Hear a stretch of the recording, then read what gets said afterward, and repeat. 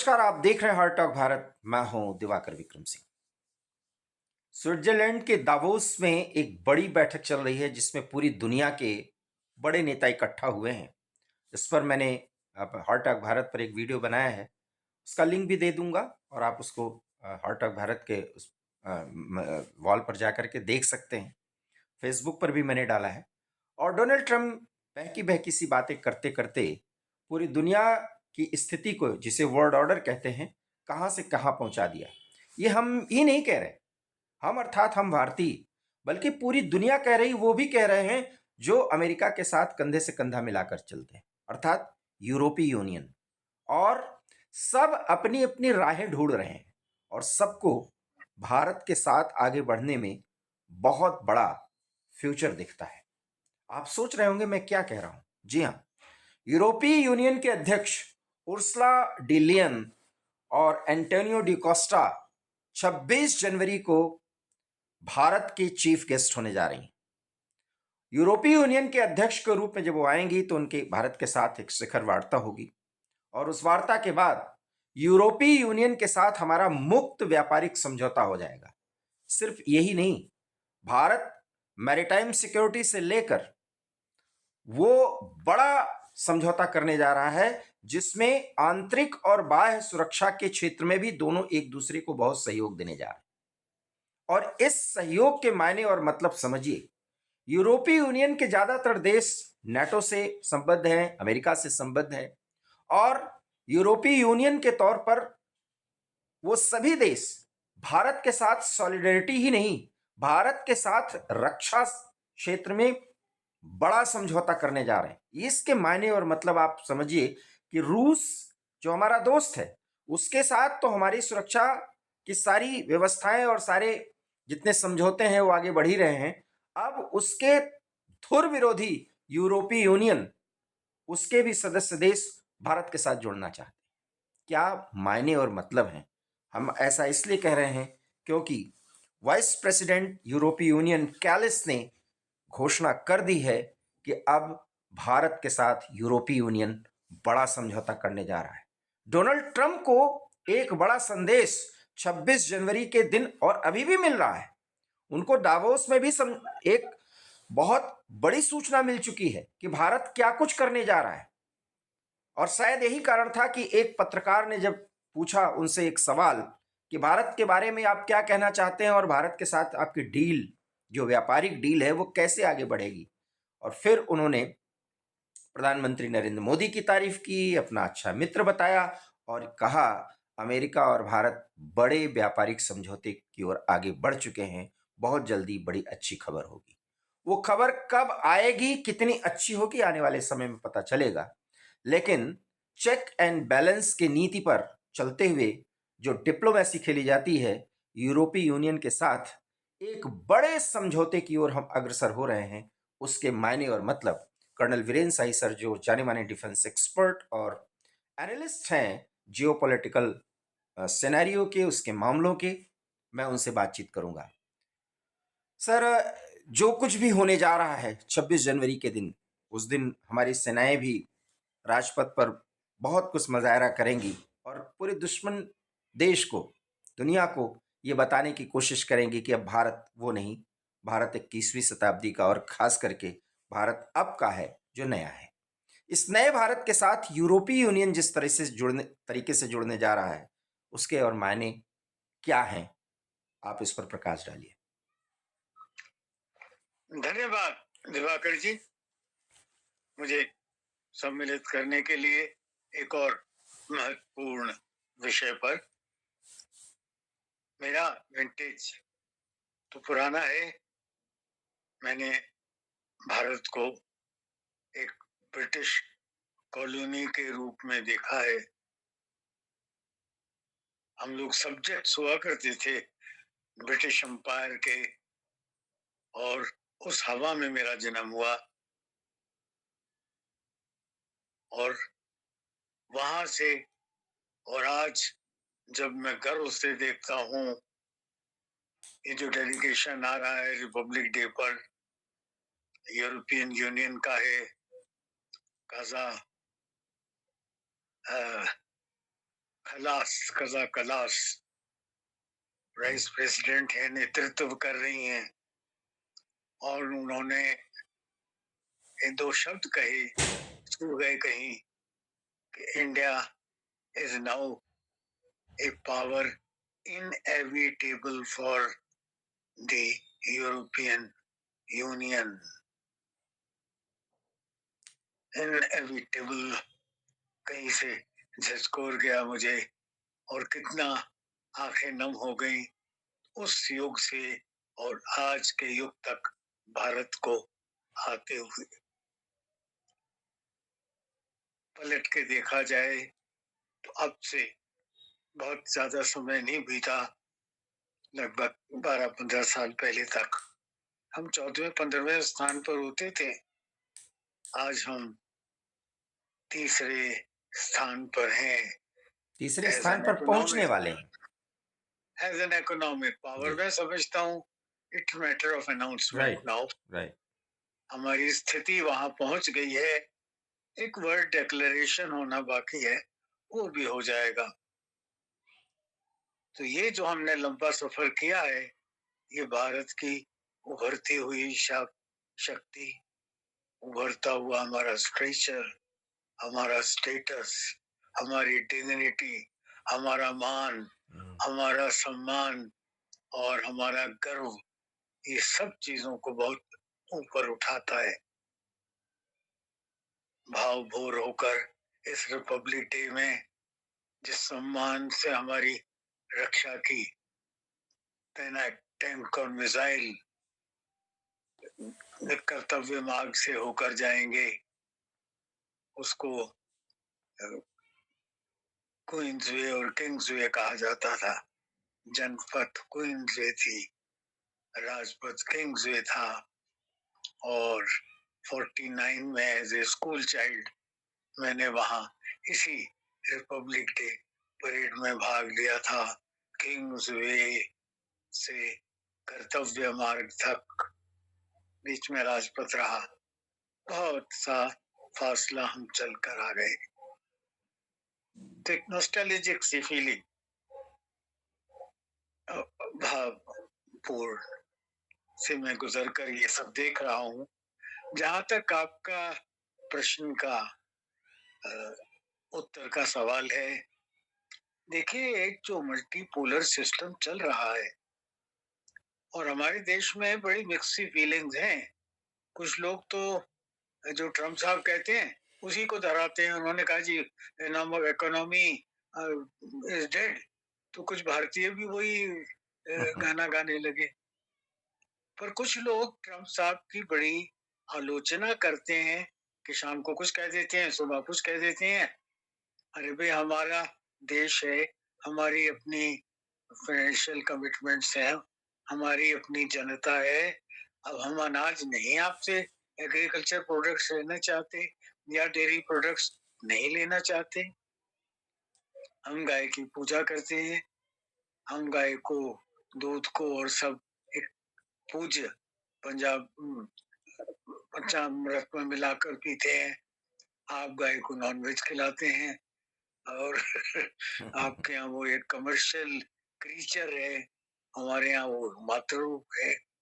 तो अलग अलग कल्चर्स में अब तेल हमने कहाँ से लेना है, हमारी क्या आवश्यकता है, कितनी हमारी रिक्वायरमेंट है, कितनी हमारी प्रोक्योरमेंट है, कितनी हमारी प्रोडक्शन है, ये सब विचार हमारे अपने हैं। बिल्कुल।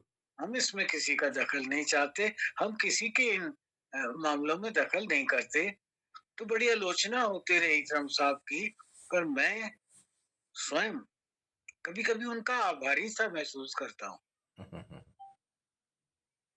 ये सब करके उन्होंने एक जागृति दे दी हमें, एक जागरण का अनुभव दे दिया हमें, कि हमें पहली बात आत्मनिर्भर होना है। वो इंजन जो हमें नहीं मिल रहे तेजस के लिए, डील होने के बाद, सब कुछ फैसले होने के बाद, वो लटकाए जा रहे हैं पिछले 10 वर्षों से।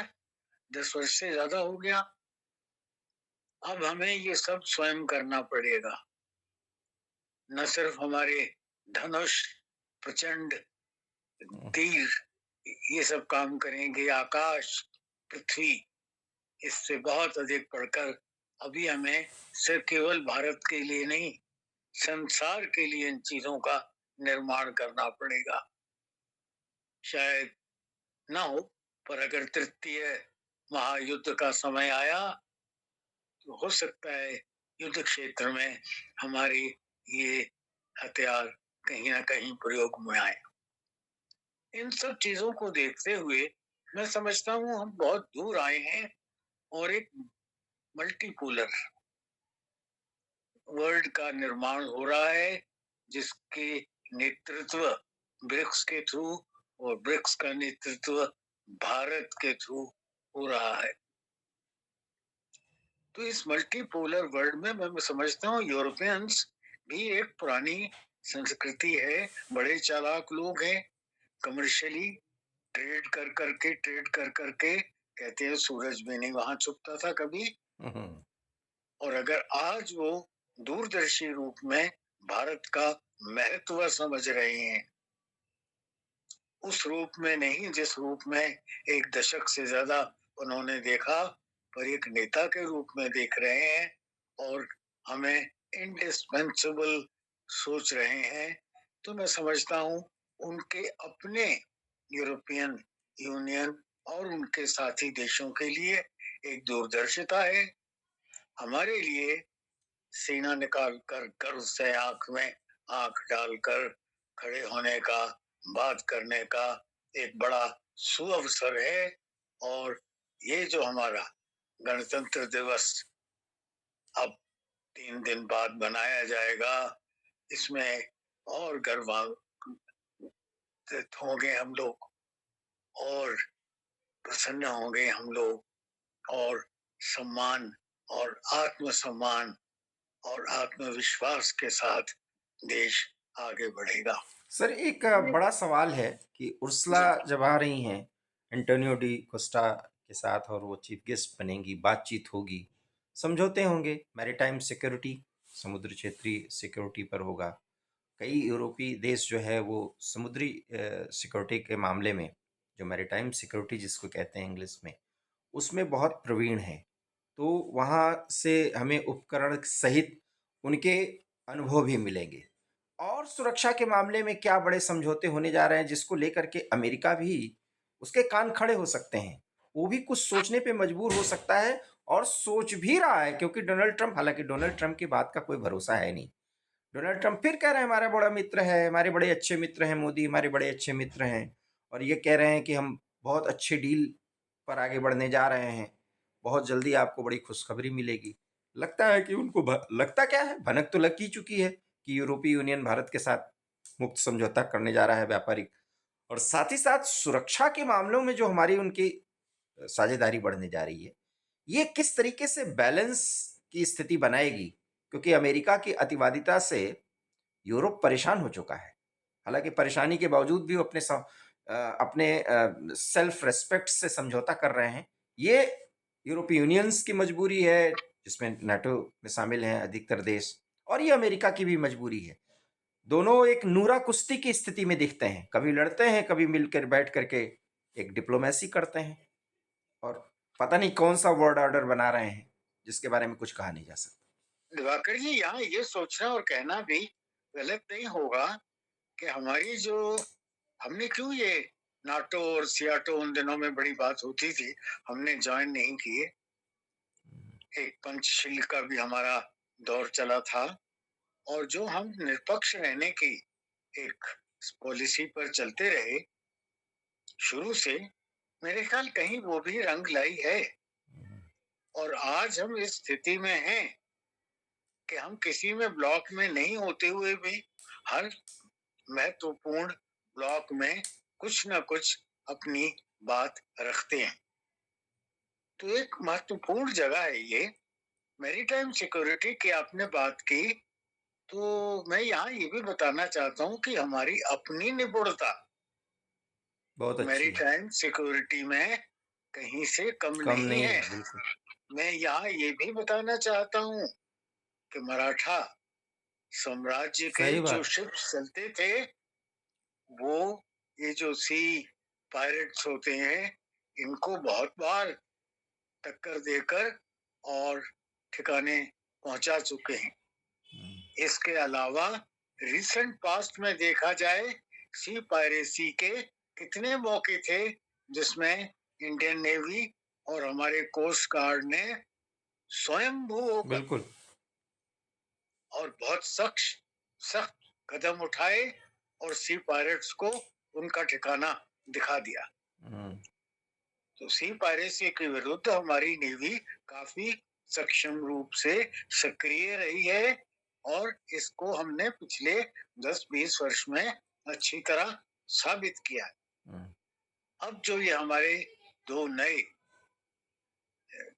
जो पोर्ट्स बन रहे हैं साउथ इंडिया हिंद महासागर में, आइलैंड्स में, इसके बाद हमारा प्रभुत्व हिंद महासागर में और ज्यादा बढ़ने वाला है। हम्म, मैं यहाँ ये भी बताता हूँ कि जो चीज हमने अब तक एक्सप्लॉइट नहीं की थी, संसार का वो कमर्शियल रास्ता हम्म, जो बड़े डेलिकेटली हिंद महासागर का प्रयोग करके और शांति से निकल जाया करते थे, अब एक वो समा आने वाला है कि ये इलाका हमारे डायरेक्ट डोमिनेशन में होगा। और जब ये इलाका हमारे डायरेक्ट डोमिनेशन में होगा तो उसका ऊपर और उसके साथ विश्व के आवाजाही शिप्स की और सी रूट से, हम्म, समुद्री मार्ग से होने वाले व्यापार पर एक तरह का कुछ अंकुश या नियंत्रण हम भी लगा सकेंगे। हम्म। तो इस रूप में जब ये सब चीजें बाहर आती हैं, और सुरक्षा के हम क्या क्षेत्र हो सकते हैं? ये तो मैरीटाइम सिक्योरिटी की बात कर रहा हूँ। हाँ, हमारा बिल्कुल। महत्व आने वाले नजदीकी समय में 2-4 साल 5 साल के अंदर अंदर एक बहुत अहमियत वाला होने वाला है और उस इन्फ्लुएंस को संसार का कोई भी देश अवॉइड नहीं कर सकता, इग्नोर नहीं कर सकता। नहीं, उसमें मैं सर जो समझ पा इसके रहा हूँ, अलावा जो इंफो टेक्नोलॉजी है, मैं आपको यहाँ रोकना चाहूंगा, जैसे जी सिक्योरिटी की बात पहले कर ली जाए क्योंकि समय बड़ा कम होता है। मैरीटाइम सिक्योरिटी हो गई तो ठीक है, उसमें हमारे एयरफोर्स और मिलिट्री इसको भी क्या वो देंगे और हमसे क्या ले सकते हैं? क्योंकि देखिए नाटो को तो अमेरिका जो है ना वो शेक कर रहा है, वो हिले हुए हैं ग्रीनलैंड के मुद्दे पर। हालांकि कनाडा तो नाटो का पार्ट नहीं है, नहीं कनाडा भी नाटो का पार्ट है, लेकिन कनाडा यूरोपीय यूनियन का पार्ट नहीं है। तो मैं ये बात इसलिए कह रहा हूं कि कुल मिलाकर के ट्रम्प तो पता नहीं क्या कर रहे हैं। अभी अभी हम लोग कुछ बोल रहे हैं, शाम को वो कल दूसरे दिन कुछ बोलेंगे। भारत के साथ जो सुरक्षा समझौता करने जा रहे हैं ये लोग, यूरोपीय यूनियन के अध्यक्ष के तौर पर जब उर्सुला आएंगी तो हमारा सुरक्षा के संबंध में भी समझौता होने जा रहा है। तो क्या हमारे एयरफोर्स, जैसे हम फ्रांस से रफेल ले रहे हैं, 115 शायद संख्या है या 135, 115 ही है जहां तक मैं गलत नहीं हूं, 114-15। तो इतनी बड़ी बिग डील है ये फ्रांस के साथ, फ्रांस भी यूरोपीय यूनियन का पार्ट है। तो इस तरीके से एक यूरोपीय यूनियन, पूरे कई देशों का जो समूह है, वो हमारे साथ किस तरीके से अपने सुरक्षा संबंध को आगे बढ़ाने जा रहा है, जो क्या आप देख पा रहे हैं? दिवाकर जी, एयरफोर्स से थोड़ा सा ऊपर उठना पड़ेगा। हमारे सैटेलाइट्स है ना, हाँ, और वो सूचना बिल्कुल, सिक्योरिटी का एक बड़ा भारी अंग है। बिल्कुल। Info technology, artificial intelligence, right, right. है। वो फील्ड्स ऐसे हैं जिसमें हमारी निपुणता चुने हुए संसार के 4-5 देशों में कई जगह टक्कर लेती है। बिल्कुल, बिल्कुल। हमारी सैटेलाइट्स की निगाह, जैसा मैंने पिछले किसी प्रोग्राम में कहा था कि पाकिस्तान सिर्फ पाकिस्तान नहीं, इस रीजन के इंच इंच में है, और सैटेलाइट सिर्फ इस रीजन पर खड़ा नहीं होता, वो तो वो चक्कर लगाता है पूरे पूरी पृथ्वी। संसार का चक्कर लगाता है। बिल्कुल, बिल्कुल। और जो भी देश उस चक्कर के समय उसकी निगाह में आते हैं, उतनी ही सूचना हमारे पास उन देशों की भी है। अभी हम किसी भी स्ट्रीट, गली, मोहल्ले के दरवाजे तक, खिड़की तक को पिन पॉइंट करने की क्षमता रखते हैं। बिल्कुल, बिल्कुल। हुँ, इन्हीं इंफॉर्मेशंस को पहले चुने हुए 2 या 3 मुल्क बेचा करते थे। Right, right, right.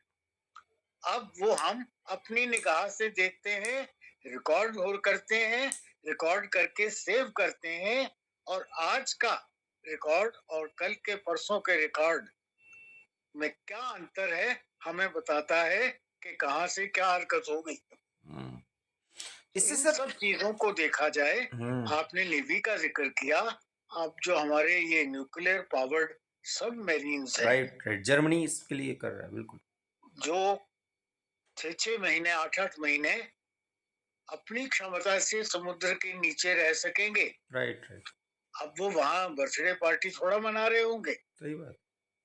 वो पूरे संसार के समुद्रों में, किसी भी बड़े सागर में कहा क्या कुछ हो रहा है, उस पर निगाह रखेंगे। समय आने पर उस इंफॉर्मेशन का भी प्रयोग किया जा सकता है। Right, right. समय, मैं फिर कहता हूं, ऐसा ना आए, और अगर आ जाए तो कहीं स्ट्राइक भी किया जा सकता है, बिल्कुल। और ये कहीं भी किया जा सकता है। बहुत बड़ी बात आपने कह दी कि बात आर्मी, एयर फोर्स और नेवी से ऊपर की है और आर्टिफिशियल इंटेलिजेंस और सैटेलाइट और नेविगेशन जो क्षेत्र होता है, उसमें इतनी ज़्यादा हमारी एक दूसरे के साथ सहूलियत की स्थिति बनेगी कि हम सब कुछ अपनी आंखों से देखेंगे, एक्ट करेंगे, रिएक्ट भी करेंगे। और यही हमारी ताकत है जो संदेश पूरी दुनिया तक जाएगी, विशेष करके अमेरिका के पास भी, चीन के पास भी। रूस तो खैर हमारा दोस्त भी है। और देखिए सर, एक बड़ी बात है कि दो विरोधी खेमे को ही कह सकते हैं हम, खेमा ही शब्द यूज कर सकते हैं, या दो विरोधी ताकतों को एक शक्तियां, साथ हम कनेक्ट शक्तियां। कनेक्ट कर रहे हैं। बहुत बड़ी स्थिति भारत बनाने जा रहा है। और शायद डोनाल्ड ट्रंप, मैं आपको सर ये चलते चलते सूचना दे दूं कि डोनाल्ड ट्रंप ने दावोस में आज जो कुछ भी संबोधन में कहा, उसके बारे में मैं हार्ट ऑफ भारत पर बराबर बोल रहा हूं। उन्होंने कहा किसी भी कीमत पर ग्रीनलैंड हमें चाहिए, और ग्रीनलैंड इसलिए चाहिए क्योंकि ये अमेरिका की सुरक्षा से जुड़ा है, और अमेरिका की सुरक्षा का मायने और मतलब है पूरी दुनिया की सुरक्षा और उसकी प्रॉस्पेरिटी। उनके इस नजरिए से यूरोपीय यूनियन भी परेशान है, यूरोप का एक एक देश परेशान है। ग्रीनलैंड अर्थात डेनमार्क, जिसका वो पार्ट है, डेनमार्क की स्थिति किसी से छिपी नहीं है। और अब तो बात यूरोपीय यूनियन से आगे, मैंने अभी आपसे कनाडा का जिक्र किया, बिल्कुल अमेरिका के बगल में बसा हुआ कनाडा को भी वो अधिग्रहित करना चाहते हैं। डोनाल्ड ट्रंप जैसा अगर कोई एक दो शासक या राष्ट्रपति या प्रधानमंत्री इस पूरी दुनिया में और कहीं कोई बन गया, ऐसी स्थिति में कम से कम यूरोपीय यूनियन, रूस और हमारे ऐसे स्ट्रेटजिक पार्टनर होने चाहिए।